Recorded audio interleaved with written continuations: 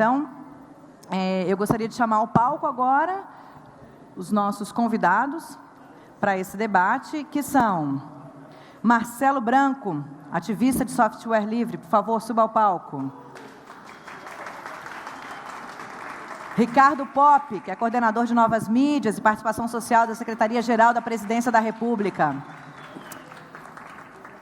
A Cláudia Mello, doutora em Ciência da Computação, diretora de Tecnologia da ThoughtWorks Brasil, pesquisadora associada do IME-USP. E o Probir, que é o presidente do Centro de Tecnologia e Desenvolvimento, assunto com o qual ele trabalha há 40 anos, um dos líderes da coalizão JustNet. É isso. Tudo certo? Vamos lá? Lembrando que o evento é realizado pela Secretaria-Geral da Presidência da República, em parceria com a Prefeitura de São Paulo e o Comitê Gestor da Internet no Brasil, com patrocínio da Fundação Banco do Brasil, da Caixa Econômica Federal, do Serviço Federal de Processamento de Dados, o SERPRO, com apoio do Centro Cultural São Paulo e do Programa das Nações Unidas para o Desenvolvimento, o PNUD, da ONU. É isso, um ótimo debate para a gente. Obrigado, Bussato. Vamos lá. Esse é o último debate. A gente programou de falar um pouquinho de governança da internet. Teríamos presença aí do pessoal do NET Mundial, mas que estão lá na plenária agora nesse momento, fechando o texto. Talvez vamos ter uma participação de lá, se for possível, a gente conseguir. Mas aqui o debate vai ser legal. Estamos com algumas pessoas que conhecem o debate de governança da internet e vão poder contribuir bastante. Peço à produção se pode conseguir um tradutor aqui para o Prabir, para ele poder acompanhar o nosso debate. E já passo a palavra para o Marcelo, que vai dar uma geral aí do que pega nesse debate. Manda lá, Marcelo. Olá, obrigado, Popp. E primeiro eu queria agradecer aí a coordenação da Secretaria-Geral em toda essa arena aqui, maravilhosa. Acho que marcou aí a história, né? E fez exatamente essa ponte, né, do evento principal com esse evento aqui, que foi maravilhoso por tudo que ele representou para nós, ativistas e militantes, né, da cultura digital no Brasil. Eu vou falar um pouco como testemunho, acho que do início desse questionamento da governança unilateral. Como eu acho que todo mundo, quem ainda não sabe, né, hoje a internet tem vários organismos de gestão, não é a única, né, gestão técnica da rede, né, mas o principal organismo de gestão, e que faz, no meu ponto de vista, um excelente trabalho, inquestionável, né, é o ICANN, né. Mas qual é o problema, né? Que isso foi, enfim, é que o ICANN hoje é subordinado ao Departamento de Comércio americano, ao governo norte-americano, né? E a internet e as principais questões da internet sobre números e nomes está submetido a uma legislação da Califórnia, né? Então, isso começou a ser questionado em 2003. Eu era delegado da sociedade civil na cúpula da Sociedade da Informação de Genebra, que aconteceu em 2003, a primeira cúpula mundial da Sociedade da Informação. E, nessa oportunidade, a delegação brasileira, liderada pelo embaixador Samuel Pinheiro, né, questionou, né, nos debates da Cúpula Mundial, pela primeira vez houve um questionamento que partiu inicialmente do governo e da sociedade civil brasileira a respeito da governança unilateral. Na época, quem foi um ator importante desse processo, e é bom recuperar, foi o professor Sérgio Amadeu, que na época era presidente do Instituto de Tecnologia da Informação da Presidência da República, né? Então, com essa autoridade e com apoio do ministro Zé Dirceu, na época, né, o governo brasileiro encampou essa discussão, junto com a sociedade civil brasileira, de questionar, né, o papel unilateral dessa governança, né? Então, no primeiro momento, era uma posição brasileira e foi ganhando adesão da Argentina e terminou a cúpula de Genebra, né, com praticamente todos os países do BRIC, né, e, se eu não me engano, Irã e Egito, né, dois países autoritários em relação à internet, mas também por questões políticas, não ligadas aos temas da liberdade da internet, mas da política internacional, né, se aliaram a esse questionamento, né. A segunda rodada da Cúpula Mundial da Sociedade da Informação acontece em Tunis, em 2005, né? E nessa oportunidade o chefe da delegação brasileira era o ministro Gilberto Gil, né? Então, imagina como a sociedade civil se sentiu, né, tendo um ministro, músico, popstar, né, com toda a sua referência e ativismo nessa área aí, como o chefe da delegação, né? Então, acho que isso empoderou a delegação da sociedade civil. E eu queria registrar que, nas duas cúpulas, né, o governo brasileiro incorporou a sociedade civil na sua delegação principal. Então, mesmo sendo uma delegação governamental, que é assim que funcionava a cúpula oficial, não tinha representação civil, né? No caso brasileiro, todos os representantes da sociedade civil foram incorporados, quer dizer, né, com autonomia, liberdade de se expressar, de divergir, não eram obrigados a seguir a linha do governo, né, mas foram incorporados formalmente e puderam participar dos debates da Marcelo, cúpula oficial. Uma notícia aqui diretamente do NET Mundial. Oi. Acabou de ser aprovado o roteiro do NET Mundial, então encerrou a conferência lá. Acabamos de receber. Ainda dê tempo do pessoal chegar aqui? Chegar, eu acho que talvez não mais, né? Tá bom. Então, o que isso, voltando então a 2005, com o Gil, o governo brasileiro e a sociedade civil fizeram bonito, né? Além dos debates oficiais, se montou, patrocinado pelo Ministério da Cultura, um espaço da sociedade civil onde todas as noites da cúpula aconteciam atividades culturais, de cultura digital. Vários jovens brasileiros do movimento software livre, enfim, tiveram lá fazendo as suas ações. Um encontro histórico do Richard Stallman cantando com Gilberto Gil, né? Isso está tudo gravado, está na internet, né? O criador do movimento software livre. E foi uma cúpula importante, porque naquela oportunidade, esse grupo de países que questionavam a governança unilateral. Eu só queria registrar, no primeiro momento, a defesa em Genebra foi de uma governança multilateral, né? O multissetorialismo ainda não tinha entrado na pauta, assim, né, forte. E eu acho que isso foi sendo construído, né, pouco a pouco, para chegar na posição já de Tunis, que já era uma defesa do governo brasileiro, dos países do BRIC, né, do Irã e do Egito, né, e também terminou a cúpula com apoio da delegação da União Europeia, né? Então, a União Europeia também se posiciona, né, favorável a uma governança multilateral, né? E eu vivi isso intensamente naquele período e depois acompanhei mais à distância o debate, né? Mas o que eu sei é que houveram várias iniciativas de fórum para discutir a governança, os IGFs, né, onde essa discussão questionando a governança unilateral e que pudesse propor uma nova forma de governança da rede, sempre foi bloqueada, principalmente pelo governo norte-americano, né, e também por alguns aliados importantes, como México, Colômbia, né, que sempre tiveram, mesmo que os seus interesses diretos não tivesse representado, mas pela aliança política, né, desses países com os Estados Unidos. Então, esse debate eu acompanhava pela internet. Não, acho que as pessoas aqui têm mais propriedade para dar essa continuidade, mas os debates do IGF, eles teve uma reunião em Casablanca, no Marrocos, né, e o debate não avançava, né? Então, esse é o cenário, né? O que eu acho que muda, né, de lá para cá, né? Acho que, primeiro, o escândalo da espionagem ilegal feita pelo governo norte-americano, né? Isso causou uma forte reação, principalmente do governo brasileiro e da sociedade civil mundial, e a presidenta Dilma, na Assembleia Geral das Nações Unidas, abrindo a Assembleia Geral das Nações Unidas, a presidenta Dilma, pela primeira vez, vindo de um chefe de Estado planetário, né, de um chefe de Estado, a presidenta Dilma questiona não só a governança da internet, né, mas principalmente, né, os temas relativos à espionagem e defende, né, os princípios, né, de 10 pontos, né, de como a internet deveria funcionar, do Comitê Gestor da Internet, né, e que praticamente esses 10 pontos estavam contidos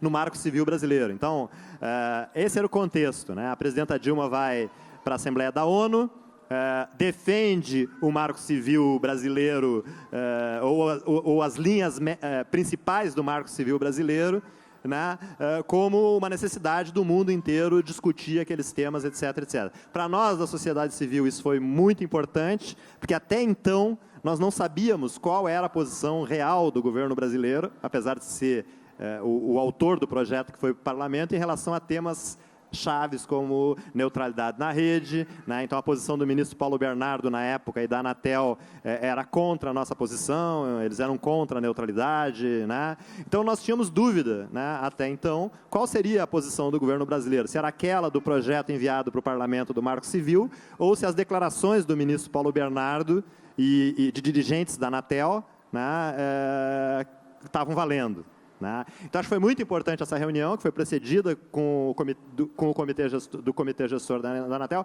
Só para ter uma ideia, o Paulo Bernardo defendia que era legítimo, a internet era um espaço de negócios, e que era legítimo que as operadoras pudessem oferecer planos diferenciados para os usuários, né? E defendia que a Anatel no Brasil e a UIT, a União Internacional de Telecomunicações no mundo, né, fosse o organismo de gestão e governança da rede, né? Um discurso bastante nacionalista, anti-americano, né? E apontava o alvo, esse era o discurso do ministro Paulo Bernardo, no ICANN, como se o ICANN fosse uma organização americana que precisava mudar e tal. Então, nós dizíamos, não, o ICANN não, nós confiamos no ICANN, confiamos no trabalho técnico do ICANN, não é essa a questão, né? A questão é que o ICANN hoje está submetido, né, ao Departamento de Comércio americano, e é isso que nós estamos questionando, né? E submetido sobre as leis da Califórnia. Então, acho que foi muito importante, essa reunião foi histórica, uma reunião da Dilma, antes da reunião da abertura da Assembleia Geral da ONU, onde ela, numa reunião, ela deixa claro, não, o nosso governo defende uma governança multissetorial, defende a neutralidade na rede, e foi essa a base do discurso dela na Assembleia Geral da ONU. E aí, acho que outros atores aqui podem falar melhor, mas isso provocou, né, recuperando a história, uma reunião que aconteceu em Montevidéu, quase no mesmo período, né, provocou essa ideia dos organizadores da NET Mundial procurar o governo brasileiro para organizar um evento no Brasil para discutir governança, né? Então, enquanto esse evento estava em preparação, estava sendo gestado, estava sendo organizado, né, devido à forte pressão da comunidade internacional e da sociedade civil e da opinião pública mundial, dá para dizer assim, em relação às práticas de espionagem ilegal dos Estados Unidos, principalmente em cima da internet, mas não é só na internet.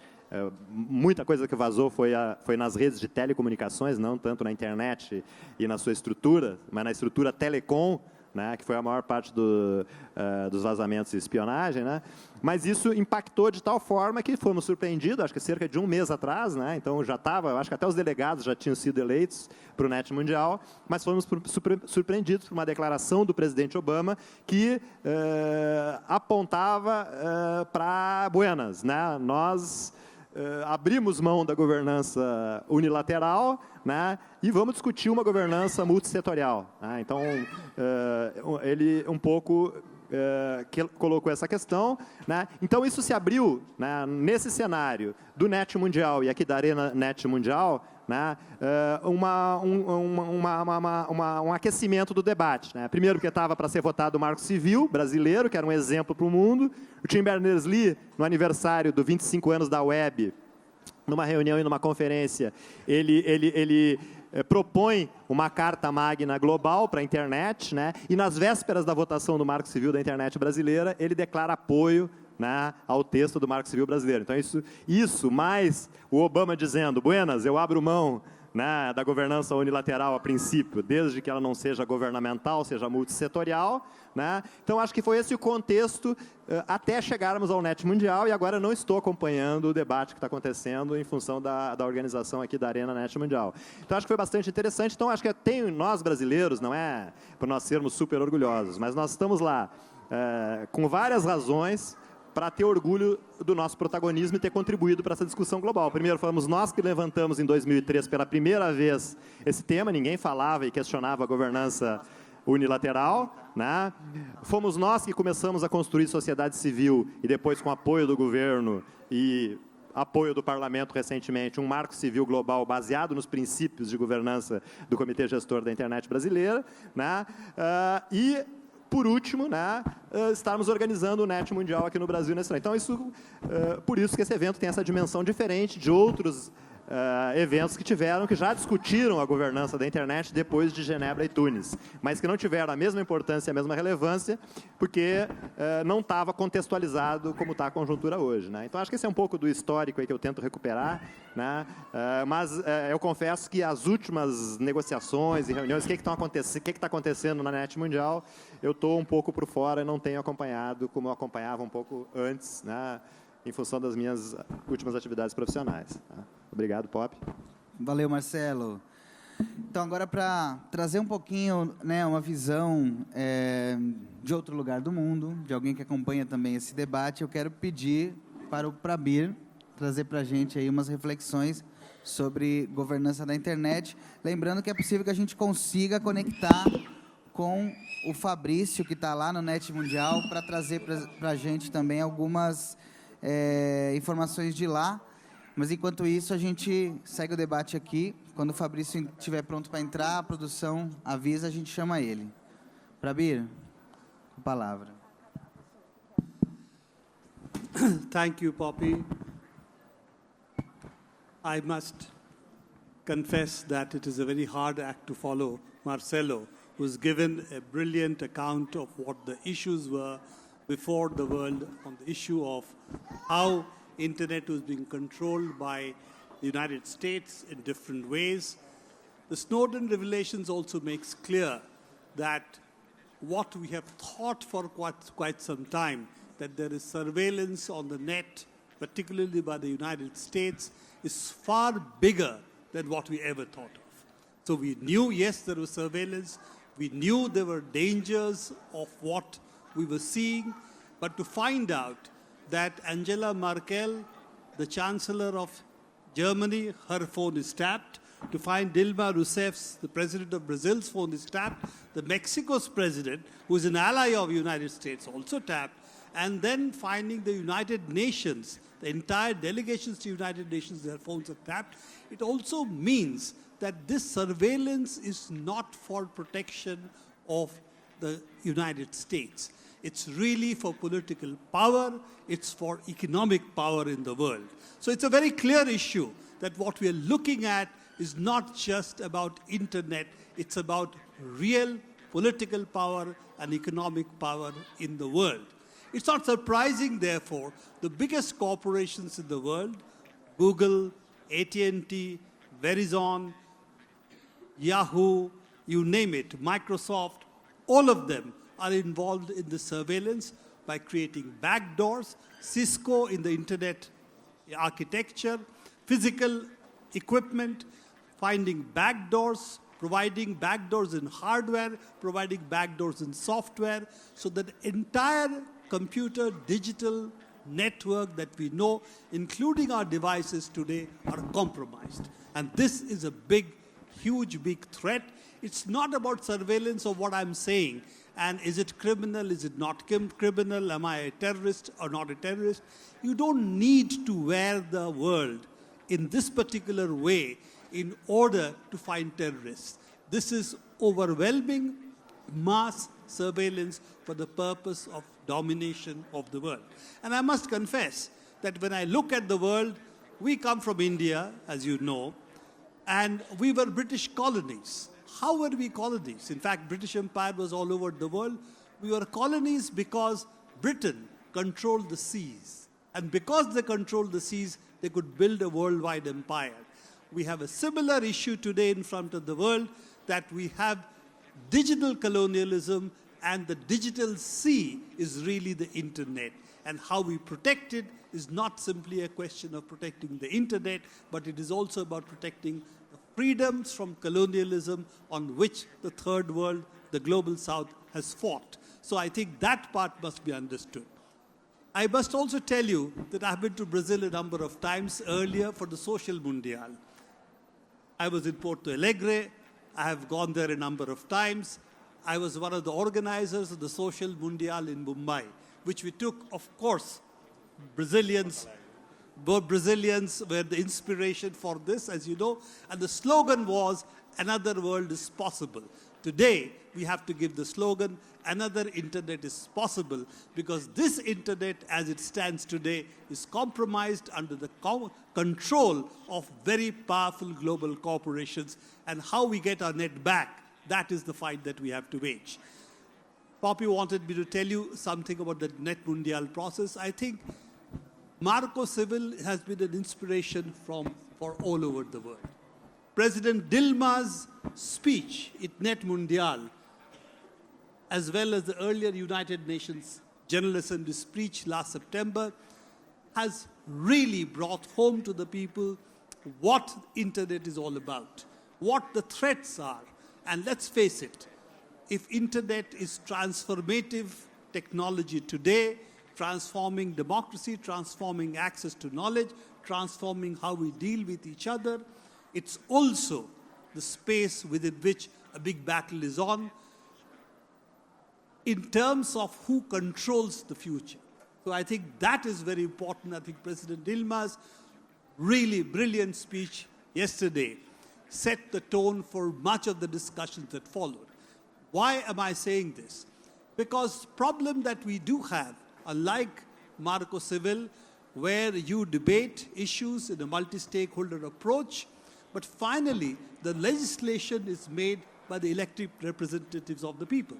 That means finally, if a corporation becomes too powerful, you have the ability to control it through regulation, through law, and finally by the authority of the people you elect in the parliament. What is there in the world? We do not have a global parliament. So if we let the corporations also enter as equal partners, then how do we control them? This is our challenge. And we saw that in the documents that were first presented. The WikiLeaks leaked the initial text out. It had a lot of points on surveillance, how we need to look at net neutrality, how we need to get the world free of cyber weapons. Obviously, the governments which are involved in mass surveillance and the corporations who are involved in mass surveillance, they pushed back. And they said this text should go and we should have consensus. And then Dilma again spoke, that gave us a lot of, what shall we say, heart. We said, okay, the Brazilian government is with us, and it is because of that we are able to push back and get certain things back again. But let us face it, the document that comes out of Net Mundial is a document which has both possibilities. The fight is not going to be over, it's just the start of the fight. It says, yes, certain things must be done, surveillance must be according to human rights, etc., etc., etc., but it can be interpreted and will be interpreted both ways. So we have a huge fight ahead of us. We have to understand the fight is not just about what is internet governance, because internet governance is about global governance. And if we don't understand that, we'll really be making a big mistake, because increasingly media is going to be on the digital economy. You have Google today, about 5 companies today have 50% of the digital revenue, ad revenue of the world, and ad revenue is increasingly becoming bigger than television revenue today. Press, you can already see the papers are dying. So you have this issue of, as we move towards the net, 60% of the content today is English. What happens to a language? What happens to our cultural diversity? What happens to how we know what is democracy? Democracy is ability for me to relate to my countrymen through his or her language. If I lose that, then a small section of the world then will dominate, who can navigate English, who can navigate all this, and then become partners to big business. So I think we have to understand the internet is the future. There is no question about it. I don't think we have seen a transformative technology like this before than the printing press, when we could print, make knowledge, common knowledge, bring knowledge to the people. I think internet is an equally transformative technology. Therefore, who controls the future will depend upon how we control the internet. Is it going to be our control?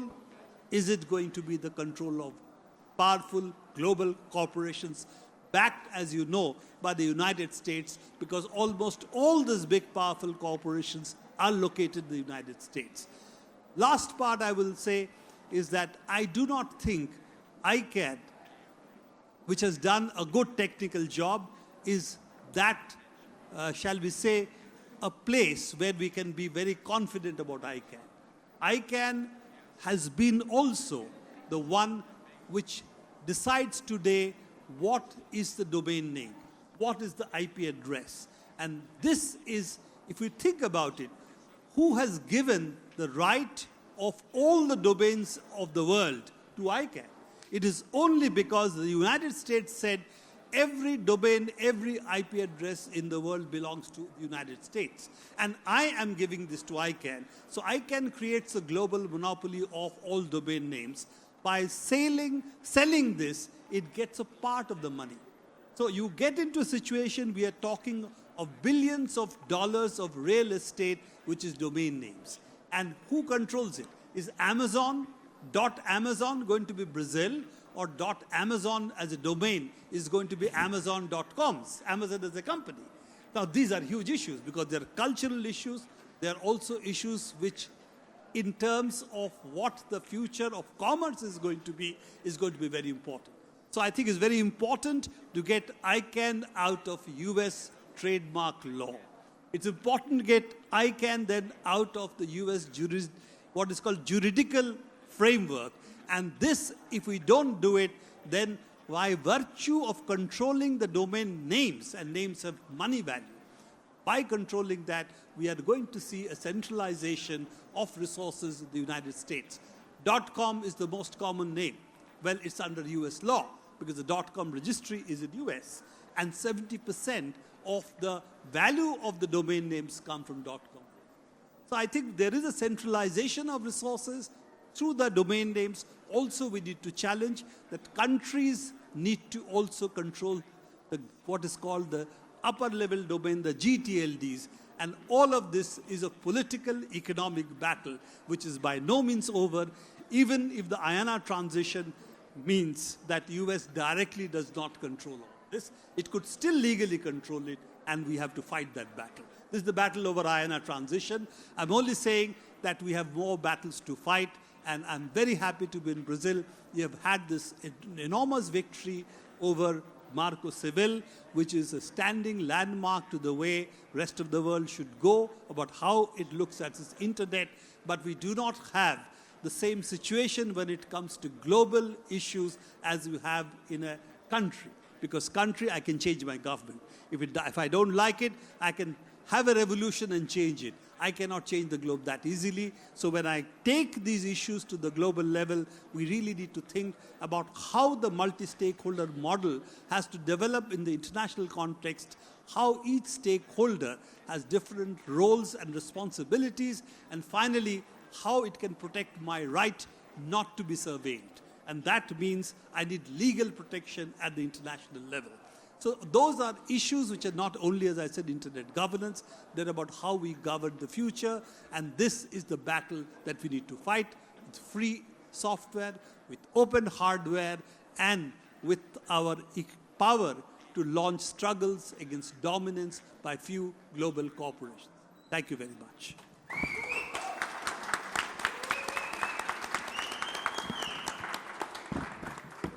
Muito obrigado, Prabir. Vou passar a palavra agora para a Cláudia. Mas antes disso, tem alguma coisa ainda acontecendo lá no NET Mundial? Não tem mais transmissão do NET? Tá. Fabrício também ainda não... Então, vou te passar a palavra, Cláudia. A gente, logo depois, deve ter aí a entrada do Fabrício, que vai contar para a gente um pouquinho do que está acontecendo, do que aconteceu lá, né? Que, pelo jeito, já terminou. Se não tem mais streaming. Então, com a palavra, Cláudia, por favor. Obrigada, Pop. Bom, eu vou falar um pouco para vocês como tecnologista, uma das mulheres em tecnologia que sou e sou há mais de 15 anos. Vou falar do meu testemunho e de algumas opiniões que eu tive nessa jornada, nessa grande jornada do Marco Civil, da NET Mundial, da própria Arena NET Mundial também.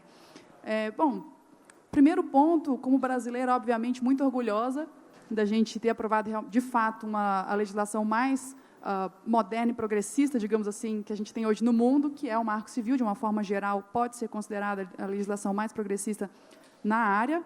Então, claro, como brasileiros, devemos estar orgulhosos, devemos também valorizar o trabalho de inúmeras pessoas que estiveram todos os dias no Congresso Nacional, em Ministério da Justiça, conversando com pessoas, não só em Brasília, mas em São Paulo, em várias outras cidades, pessoas que dedicaram, que eu percebia que não estavam nem dormindo, para realmente, de fato, lutar por isso, pessoas da sociedade civil, não apenas da sociedade civil, mas também de outras organizações do próprio governo. Então, a luta de um grande número de pessoas para que isso se tornasse realidade, pessoas que já tiveram a oportunidade, tinham a oportunidade e o conhecimento para saber da importância do Marco Civil. Enquanto isso, vários outros brasileiros estavam assistindo essa discussão sem entender muito bem a importância. Pois bem, agora que o Marco Civil foi aprovado, eu convido a todos os brasileiros que ainda não entendem a importância, ou não entendem o Marco Civil, ou não tiveram a oportunidade de ler a proposta que foi aprovada, que façam isso, porque é muito importante para os brasileiros que saibam que agora temos diversos direitos e obrigações como usuários da internet. Então, esse é meu primeiro recado como brasileira orgulhosa. Mas a internet não é do Brasil. A internet é de todos, é do mundo inteiro. A gente defende que é um bem comum global.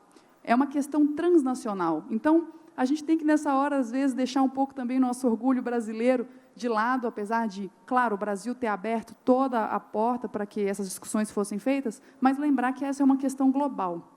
Como o próprio Prabir falou, o papel do Sul global, dos países em desenvolvimento na questão da internet. É a hora de levantarmos a nossa voz para dizer: a internet é, sim, importante para o nosso desenvolvimento, a internet é, sim, nós não vamos mais permitir que a internet continue sendo arma para países que já são desenvolvidos, continuem sendo os países desenvolvidos e nós não. Então, nós temos, sim, um papel muito importante, mas não apenas o Brasil, toda a América do Sul, Índia, China e outros países, desenvolvimento África, tantos colegas que nós vimos, nós temos um segundo papel, que é nos unirmos como países em desenvolvimento para lutar por isso. Então, esse é um segundo ponto que eu gostaria de trazer. E eu acho que, muito importante, comunidade técnica. Eu não sei quantos aqui que estão presentes hoje são da comunidade técnica, mas é interessante ver o nosso papel.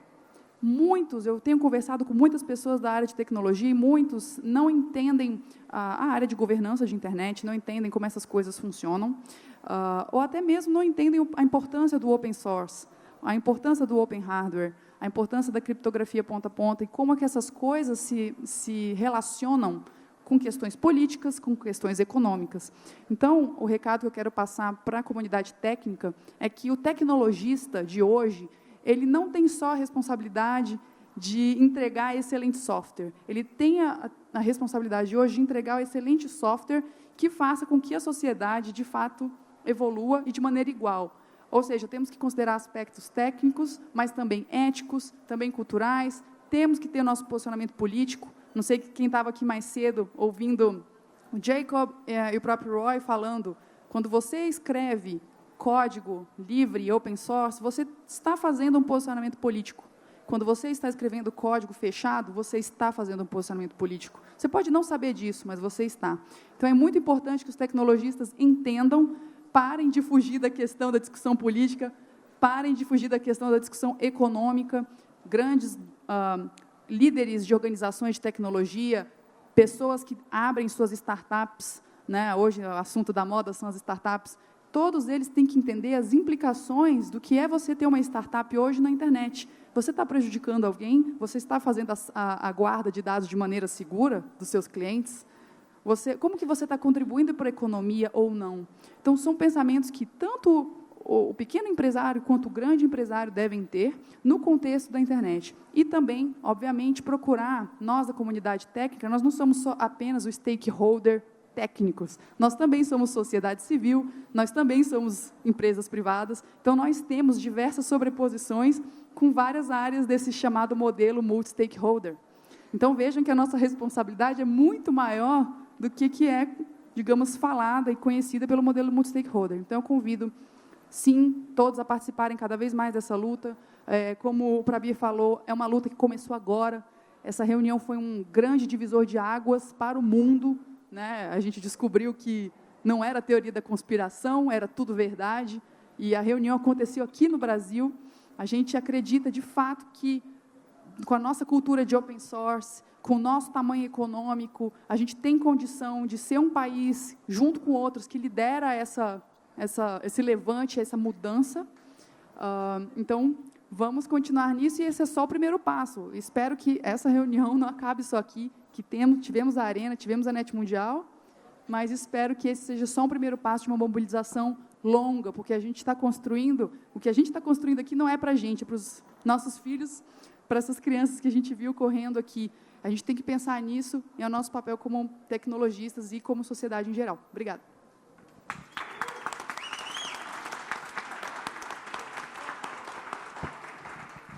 Obrigado, Cláudia.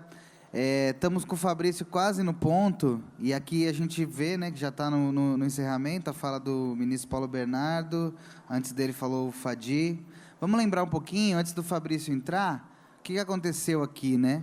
Nós tivemos, fazer um rápido balanço, essa ação da Arena NET Mundial, ela começou no dia 20 de março, quando nós lançamos a consulta pública online, que reuniu contribuições. A primeira pergunta era uma pergunta bem aberta, né? Que internet você quer? Nós recebemos diversas contribuições nessa consulta. Tivemos 281 mil participações, pessoas que escolheram propostas que já tinham sido trazidas por outros participantes. A lógica da consulta era uma lógica da gente poder reunir ideias e essas ideias serem priorizadas pelas pessoas que estavam participando. A gente tinha também uma pergunta voltada a direitos importantes na rede, a gente tinha uma pergunta voltada a princípios de governança, para poder fazer a conexão mesmo com o NET Mundial. Após o final dessa consulta, que a gente encerrou no último dia 17, a gente sistematizou essas contribuições numa carta. Na carta, ó, aqui, ó, encerra o NET Mundial, todo mundo levantando lá. Fabrício está no ponto? Está quase. E aí, voltando aqui ao que eu estava dizendo, nós sistematizamos, né, o resultado dessa consulta. Ela virou uma carta que está publicada lá no Participa BR, tanto no participa.br/arena, quanto no participa.br/NET Mundial. E essa carta, ela abordou 6 grandes eixos que apareceram na consulta: qualidade de acesso, direito a acesso à informação. Ela tratou de neutralidade de rede, foi uma surpresa grande. Uma consulta com 281 mil participações, neutralidade de rede foi um dos pontos que apareceu como um ponto bem priorizado. E as pessoas que participaram dessa consulta não necessariamente estão envolvidas no debate mais técnico, de governança, mas ainda assim, neutralidade de rede foi um ponto que pareceu relevante para aquelas pessoas. Então, acho que isso também foi um resultado que alegrou a gente. Quer dizer, neutralidade não é uma coisa tão técnica e voltada a só os especialistas. É uma coisa, um ponto importante que o nosso Marco Civil defende, e a nossa presidenta defendeu bastante no discurso dela lá no NET Mundial. E, bom, enfim, aí com essa consulta a gente vem para o Hub de Participação Remota, que foi esse espaço aqui que ficava ao lado dessa sala, e nesse Hub a gente fez algumas rodadas de debate que permitiram que a gente formulasse a nossa fala para a conferência. Então, aqui os participantes do Hub falaram para a conferência, diretamente para os delegados. Me pareceu que era o Hub mais animado e cheio da conferência, porque as outras imagens do Hub sempre me pareciam mesas, né, com algumas pessoas sentadas. A gente tinha um público aqui que, pela própria circulação aqui da Arena, que participava dos debates, e a gente fez essa contribuição. A gente fez ontem, a gente fez hoje, então nós falamos para o NET Mundial a partir daqui. E essa carta, né, esse documento sistematizado da consulta, a gente entregou para o grupo executivo do NET Mundial, que estava cuidando da redação, e entregou já apontando, essa carta está online, todo mundo pode ter acesso, apontando para o parágrafo do texto, onde a contribuição da consulta, o eixo de contribuição da consulta, ela seria mais adequada de ser considerada, numa tentativa clara de tentar incidir incidir ao máximo naquele debate, fazer com que aquelas 280 mil participações pudessem ter essa consequência. Ao mesmo tempo, nós também fizemos uma entrega para a presidenta Dilma, para que ela também pudesse olhar com carinho o que o povo brasileiro, ou aquelas 210 mil pessoas que participaram da consulta, é um número que a gente tem aproximado de visualizações únicas no site da consulta, 210 mil pessoas estavam querendo dizer sobre a internet, né? A presidenta falou para a gente que ia ler as propostas e, inclusive, debatemos ali, no momento que a gente estava fazendo a entrega, debatemos uma ou outra proposta. Temos algumas pessoas que vieram aqui para a Arena, que foram participantes dessa consulta, que foram pessoas que tiveram ideias bem priorizadas, e, inclusive, puderam falar com a presidenta ali, naquele momento da entrega, um pouquinho sobre as suas propostas. Então, esse foi um momento que a gente considerou muito rico, né, do processo da Arena, e, ao mesmo tempo, né, os 8 painéis que nós tivemos aqui, abordando todo tipo de temas, né, ontem um ponto alto com Tim Berners-Lee, Gilberto Gil aqui, o Demi Guetzko, Frank LaRue. Então, hoje, nesse painel sobre governança, a nossa intenção justamente é essa, de poder fazer com que o debate de governança da internet fosse mais ampliado. Enfim, esse acho que é um ponto que eu digo que a gente teve bastante sucesso. Hoje a gente teve mais de 1.200.000, tá tirando o número atual. Não, eu acho que é interessante aqui, ó. No primeiro dia, né, a gente teve 201.248 acessos ao streaming, né? Então, não é usuários únicos e nem né, acessos, né? No segundo dia, que foi a mesa do Gil, do Tim Berners-Lee, fechou com 963.941 acessos, e, nesse momento, no dia de hoje, 892.390. Então, nós chegamos, nesse momento, a pouco mais de 2 milhões de acessos ao streaming da Arena Net Mundial. Né? E ainda vai rodar mais, porque continua, tem o show daqui a pouco aqui do Jorge Maltner, né? Então, possivelmente vai chegar aí aos 2 milhões e 100, que ainda mais aí, né? Muito bom. E por fim, a gente teve também uma série de atividades paralelas, né? Mesas de debate no teatro, no cinema, Paulo Emílio, no espaço de oficinas, algumas bem cheias, uma adolescente circulando aqui. E o Fabrício está no ponto? Mais pouquinho. Vamos abrir, então, para os comentários. Então, era isso que eu queria trazer para vocês, um pouquinho desse balanço, porque a maioria das pessoas participaram só em algum momento. Então, foi uma ação que a gente teve um resultado legal, e estamos aqui agora abrindo para... Fabrício, está ouvindo a gente? Estou te escutando, pode. Fabrício, você está aqui no painel de governança da Arena, está todo mundo te escutando. Faz um balanço para a gente desse final. Então, Pop, a reunião acabou de terminar aqui, um sucesso tremendo, descrito por vários dos participantes como um marco histórico na governança da internet. Eu estou aqui do lado do Virgílio, que foi um dos maiores responsáveis por tudo isso que aconteceu aí, enfim, nos últimos 190 dias. Eu vou passar aqui para ele, Pop. Eu acho que ele pode dar um resumo até melhor do que eu posso dar aqui agora. Vou passar para o Virgílio, só um instante. Obrigado, Fabrício. Abraço. Ação. O Virgílio está falando para a Arena Net Mundial. Alô? Olá, Virgílio. Você me escuta? Escuto, Pop. Obrigado por conseguir participar aí depois desse longo dia de trabalho aí, árduo, que a gente acompanhou um pouco aqui pelo Hub. A gente está com o último painel aqui da Arena, painel sobre governança da internet. Acabamos de debater um pouco aqui com o Prabir, com a Cláudia, com o Marcelo. Conta um pouquinho pra gente, só esse balanço final aí, como é que terminou o Net Mundial aí no Riot? Pois é, esse processo de chegarmos a um documento que agrade mais de 90 países, representantes da sociedade civil de 90 países, empresas do mundo inteiro, setor acadêmico, não foi uma tarefa fácil, mas eu acho que tivemos um longo processo agora que começou à tarde, para aprovação dos documentos.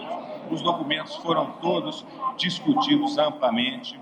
O processo de edição e de preparação dos documentos foi muito bacana, porque foi todo feito numa sala aberta, nada foi feito em salas fechadas, as salas abertas a todos os participantes para verem e assistirem à opinião de cada um dos participantes do comitê.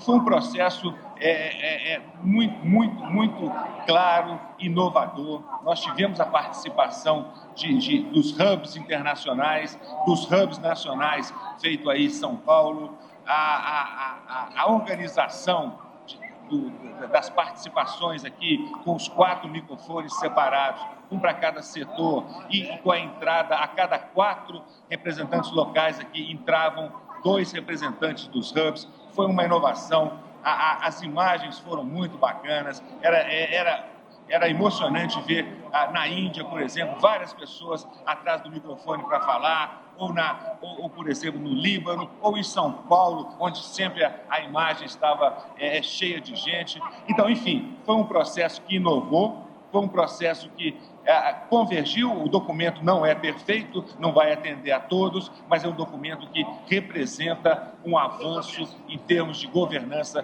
global da internet, endereça problemas importantes, como a questão da privacidade, a questão do monitoramento.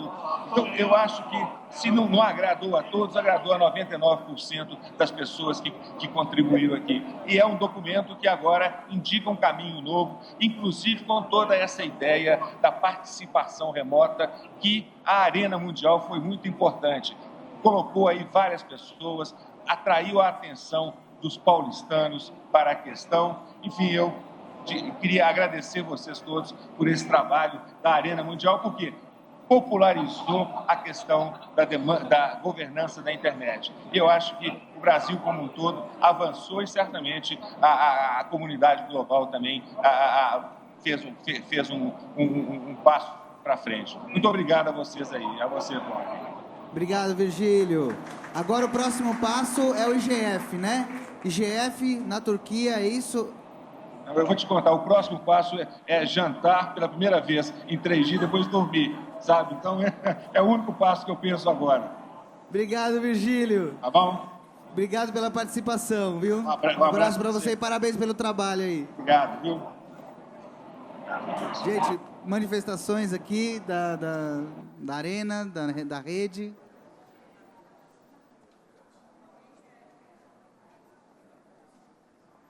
Alguém gostaria?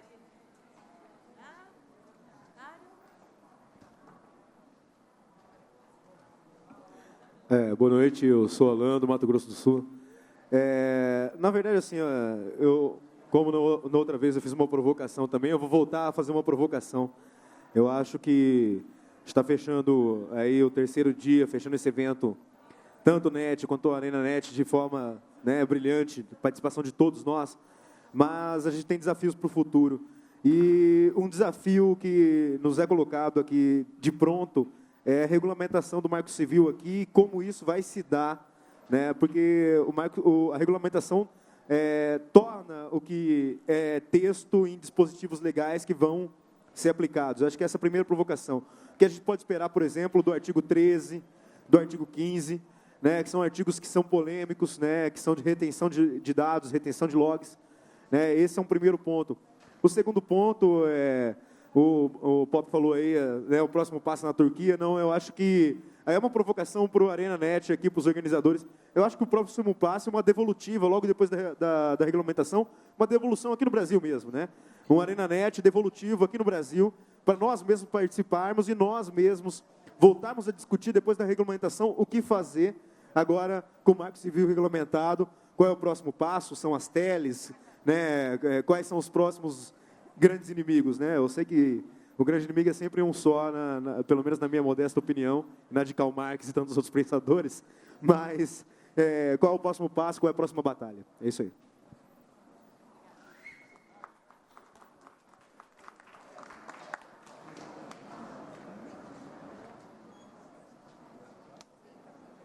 Na verdade, eu acho que tem várias pessoas que querem comentar, vou comentar bem rapidamente. Primeiro, elogiar a voz de radialista.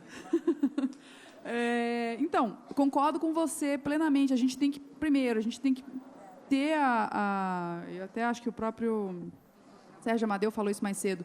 A gente tem que continuar, apesar da gente estar festejando o papel do Brasil, estarmos felizes com os resultados, a gente não pode perder o senso crítico e perder o senso de urgência. A gente sabe que o artigo 15 foi um compromisso feito para que o Marco Civil fosse aprovado e ele não é bom. A retenção de dados não é boa. O grampo compulsório, né, dos nossos dados não é bom e nós vamos ter que, sim, prosseguir com essa luta. Questão da regulamentação, a mesma coisa. Continuarmos mobilizados para ficar em cima do lance, sociedade civil, não apenas a sociedade civil, lembrando que todos nós somos sociedade civil, mas também outras comunidades, ficarmos mobilizados. E, em relação à Arena, vou deixar o Paulo falar um pouco sobre como é que seria essa devolutiva. Isso foi muito legal, seu nome, o Alan, né, ter trazido isso. A gente, agora, após os trabalhos aqui no Hub, a gente preparou uma cartinha que reuniu as 10 contribuições que a gente fez, que nós fizemos em bloco, né? Foram 2 momentos que a gente falou para o NET Mundial, mas que, quando nós dividimos ali, o resultado foi 10 contribuições que o Hub Brasil, aqui na Arena, fez para o NET Mundial. A gente vai anexar isso no documento da consulta e vamos entregar para o Fórum da Internet, que começa amanhã, no mesmo local do NET Mundial, no Riot, e que vai ter um debate sobre governança da internet lá no Fórum, que é o pré-IGF brasileiro, que é no sábado, né? Então, a gente, no sábado, faz a entrega desse documento e ele vai passar a fazer parte do resultado do Fórum que prepara a delegação brasileira para o IGF. Em relação ao desdobramento do Marco Civil, ao desdobramento daquilo que é mais assunto realmente doméstico, a gente, né, na mesa de abertura falamos isso, né, o Participa BR está se colocando claramente aí como uma intenção, né, de ser um espaço onde a gente possa fazer consultas públicas de forma geral, mas com bastante carinho, consultas voltadas à internet, voltadas a esses temas do digital, que empolga mais a nossa equipe também. Então, claro que é possível que a gente consiga, na medida que isso for avançando também dentro do governo, oferecer o Participa para ser esse espaço em que a gente possa debater questões específicas. Foi falado em quase todas as mesas sobre a regulamentação de dados pessoais, já teve consulta pública no passado, mas a gente poder também debater pontos específicos desse tipo de projeto também é salutar. Talvez pensar em como fazer isso no Participa é uma coisa que a gente está completamente à disposição, precisa justamente criar a massa crítica para isso acontecer.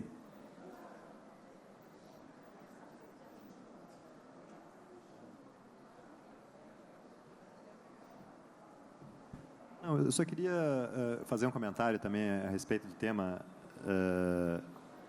da governança da internet e também do Marco Civil bem rápido, né?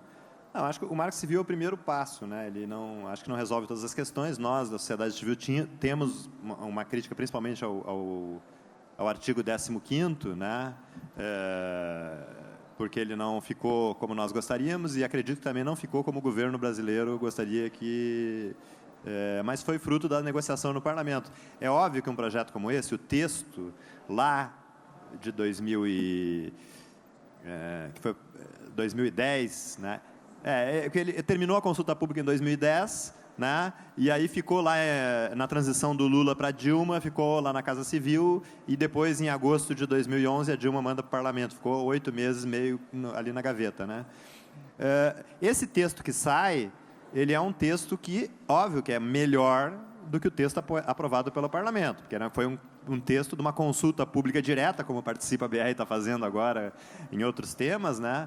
Então, ele refletia a posição da sociedade civil. Então, a presidenta Dilma foi corajosa de não mexer uma vírgula naquele texto. Ela manda para o parlamento como projeto do Poder Executivo o texto da sociedade civil. E aí entra na lógica parlamentar, né, que aí é um pouco minha posição pessoal, né, de crítica a esse sistema representativo que nós vivemos hoje. Eu acho que nós construímos, lutamos por essa democracia, muitos morreram para construir a democracia, mas é óbvio que hoje essa forma de democracia representativa já não nos representa, né? Então, a lógica dos parlamentos, não no Brasil, no mundo inteiro, é a lógica do toma lá da cá, a lógica das negociações que não dizem respeito aos temas verdadeiros, tem muitas coisas envolvidas e tal, né? Então, o parlamento foi piorando, né? O primeiro relatório do Alessandro Molon era melhor, e depois, cada vez que negociava com os partidos da base aliada e os da oposição, o texto ia piorando, né? Então, o resultado desse texto do Marco Civil, ele entra, né, na caixa preta das negociações, né? Eu queria só colocar antes, as consultas públicas feitas pelo parlamento nos estados foram perfeitas. Não havia nenhuma oposição, por exemplo, né, ao tema da neutralidade, a retirada de conteúdo sem mandato judicial. Isso não apareceu no debate público. Isso apareceu numa lógica parlamentar, como funciona em todos os países, não só no Brasil, de lobbies em gabinetes, né? Então, nós só descobrimos que tinha lá não sei quantos deputados contra a neutralidade na rede, né, porque eles foram pressionados na lógica do... as operadoras de telecomunicações nunca foram a público, né, defender as suas posições, né? A indústria do copyright nunca foi a público defender suas posições. Então, isso é um lobby, né, silencioso, e essa é a lógica parlamentar. Então, acho que as manifestações de junho no Brasil e as que aconteceram no mundo inteiro, acho que o principal elemento de estudo não é o tema da passagem, não é que questiona, né, os limites dessa democracia representativa e aponta a necessidade de que essas mesmas ferramentas que servem para fazer revoltas, revoluções, né, elas têm que servir para qualificar a democracia no mundo inteiro. Quer dizer, né, os jovens nativos digitais tomam decisões em tempo real, rápida, né, de forma horizontal, e as estruturas da democracia republicana que conhecemos hoje são lentas, burocráticas, etc, etc. Então, existe um fosso entre as novas formas de participação do dia a dia de um jovem para fazer uma festa, para organizar, seja o que for, um protesto, né, e a lógica do funcionamento parlamentar. Então, óbvio que o parlamento brasileiro, não pela posição do relator, ele piorou o texto, e o 15º é fruto disso, fruto do lobby de policiais, de auditores, né, dessa galera que os direitos humanos são, em função do seu trabalho, né, e os direitos civis não são tão importantes. O mais importante é prender o bandido, né? Então, para eles, e nós sempre dizíamos, né, existem regras, antes do Marco Civil, lá no início, em 2005, 2006, quando estava o projeto da Azeredo, existem regras de direitos civis na sociedade que na internet precisam ser respeitadas, e não são até hoje, né? Então, mesmo que exista suspeita que um criminoso está dentro de uma residência, enfim, é necessário uma ação judicial para que se possa invadir aquela residência, que tem que ser durante o dia, não durante a noite. Tem uma série de regras que são os direitos civis, etc, etc. Não pode chegar lá, o suspeito que tem um bandido dentro de uma casa, eu vou lá, meto o pé na porta. Não pode. No Brasil não pode fazer isso. Só que na internet não. Na internet a nossa porta é arrombada diariamente, né, por organizações patrocinadas pela indústria fonográfica e a indústria do cinema, né, que é uma reportagem na Folha de São Paulo, uns 3 anos atrás, né, que os caras se vangloriam em estar invadindo a privacidade de jovens, né, sem nenhum mandato judicial.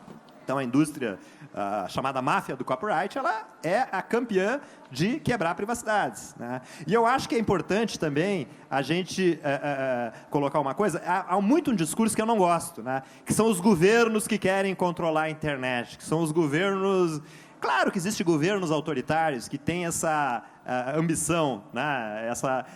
E eu acho que o próprio governo dos Estados Unidos, talvez, também, né? Por tudo que a gente viu aí nos últimos tempos, né? Mas eu acho que, assim, se governos querem controlar a internet e fazem vigilância, eles são o segundo bloco, né? Porque quem faz vigilância em massa, quem quebra a privacidade em massa dos usuários, são as corporações. É incomparável, né, a espionagem, o uso de dados pessoais, né, o grampo das nossas conexões que são feitas pelas corporações, principalmente as corporações globais, com aqueles grampos feitos por governos, como o Irã, China, etc, etc, né? Então, nós estamos sendo vigiados, grampeados. Então, eu não gosto muito desse discurso, os governos querem controlar a internet. A internet é controlada, como o companheiro aqui da Índia falou, né? São controlados pelas corporações. Então, só queria colocar esse negócio. Então, é óbvio que o artigo 15º não era a vontade do governo, não era a vontade da sociedade civil, mas foi o resultado dessa lógica parlamentar que temos hoje, né, e que precisa mudar. Eu acho que o Participa BR,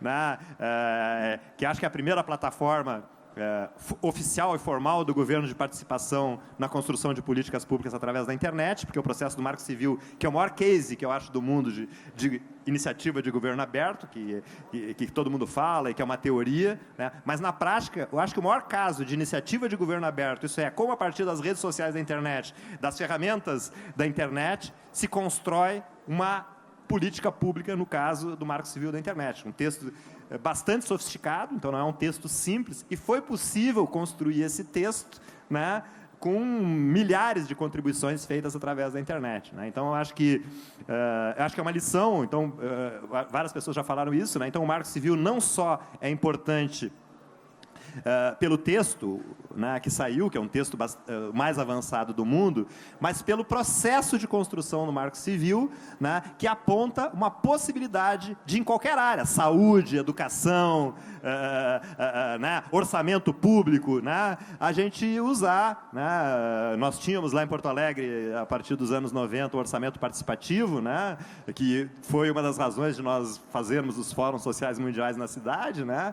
Então, por que o orçamento público federal, estadual e tal, não pode passar por um processo de discussão usando a internet como plataforma para tomada de decisão sob o ponto de vista do investimento, mas não só sob o ponto de vista do investimento, mas também na construção das políticas horizontais, né? Das políticas verticais, né? As políticas de saúde, as políticas de educação, né? Usando a internet como plataforma para melhorar a qualidade da democracia. Esses jovens que foram às ruas não são contra a democracia, né? Como disse o Eduardo Galeano na Praça Catalunha durante o Spanish Revolution, lá, a Revolução Espanhola, né?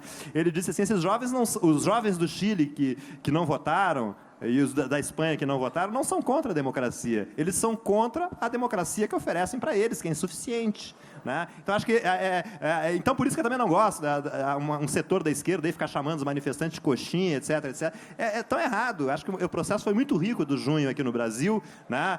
E eu acho que as instituições balançaram, todas elas, as instituições estatais, as instituições dos movimentos sociais históricos, né?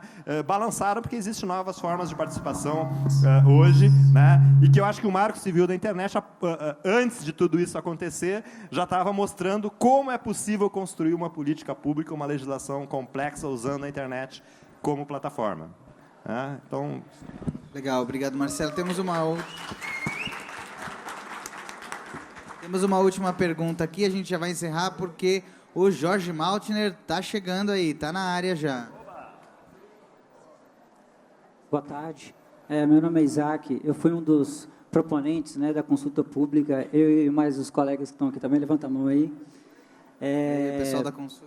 E eu gostaria de agradecer a organização, principalmente o Ricardo Pupi, né, pela organização do evento da Arena Net Mundial.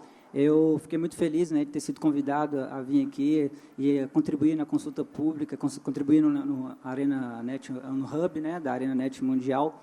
E eu gostaria de perguntar a vocês se, a partir da plataforma participa.br, e a partir desse evento que aconteceu aqui, qual que é a visão de vocês, a perspectiva de vocês com relação à melhoria das políticas públicas, da participação da sociedade civil nas próximas consultas, né, populares, para que a gente consiga mudar a política e a sociedade civil participar também dessa mudança.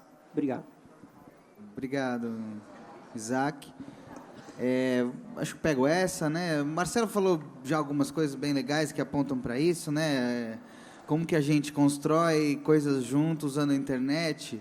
E não tem como não responder essa sua pergunta, Isaac, lembrando do próprio processo da consulta pública para o Net Mundial, né? Que a gente usou a lógica que é chamada como crowdsourcing de ideias, né? Que é como é que a gente faz para usar uma forma de os próprios participantes regularem qual vai ser a saída daquele conjunto de ideias que estão sendo propostos. O que nós usamos na consulta, que é o All Our Ideas, né, que é todas as nossas ideias, é um código desenvolvido em Princeton que tentou buscar justamente o que da internet é possível a gente usar na construção de ideias coletivamente. A gente usou para a consulta do Net Mundial, o resultado foi fantástico, porque a gente conseguiu ter priorizado quais eram as questões principais mesmo para as pessoas e também trazendo uma série de elementos novos para o debate. Então, acho que a resposta é isso. A gente tem que construir cada vez mais política pública assim. A gente tem que...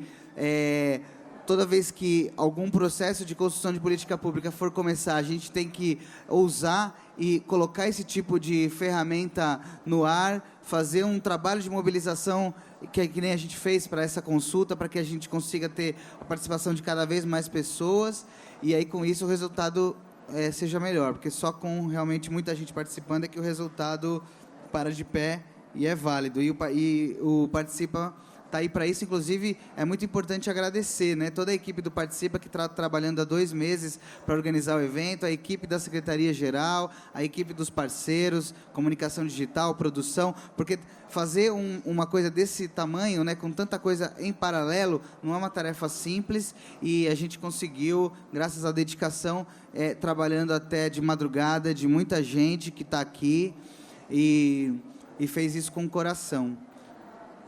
Complementar um pouco a resposta do Pop em relação à participação pública para a construção de políticas públicas. Acho que tem outros dois pontos, além, por exemplo, de plataformas como Participa, etc.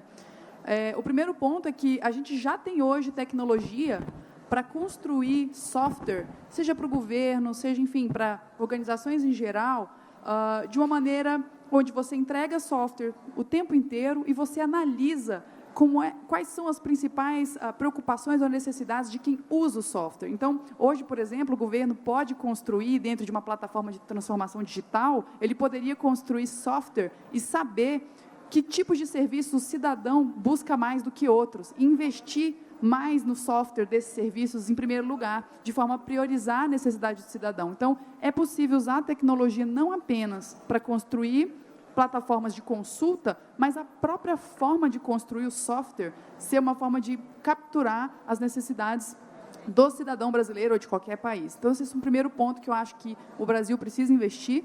O segundo ponto, que eu acho fundamental, um ponto mais de longo prazo, é a questão de acesso à internet. Então, que adianta a gente ter as plataformas, que adianta o sistema estar lá se 50% da população não está conectada à internet? Ou, mesmo os que estão conectados à internet, não fazem o uso aprofundado que poderiam, não têm a qualidade de uso que poderiam. Eu gosto muito de falar da questão das mulheres.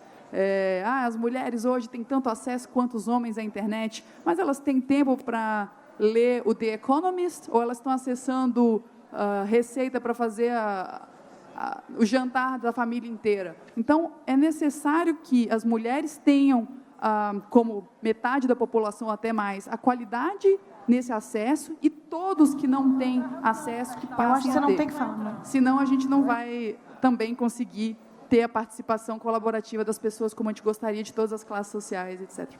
Pessoal, tem muita pergunta ainda na internet, aqui também, aqui na Arena já vamos encerrar, acabou. É importante lembrar que amanhã e depois está rolando o Fórum da Internet, no mesmo lugar do Net Mundial, no Riot. Dá para fazer inscrição na hora, é gratuito. Então, dá para continuar debatendo governança da internet ainda amanhã e sábado, no Fórum da Internet, que é o pré-IGF brasileiro. Importante que quem gostou desse debate, aproveita, vamos se esforçar mais um pouquinho, vamos estar lá debatendo com o Comitê Gestor da Internet, no Fórum da Internet.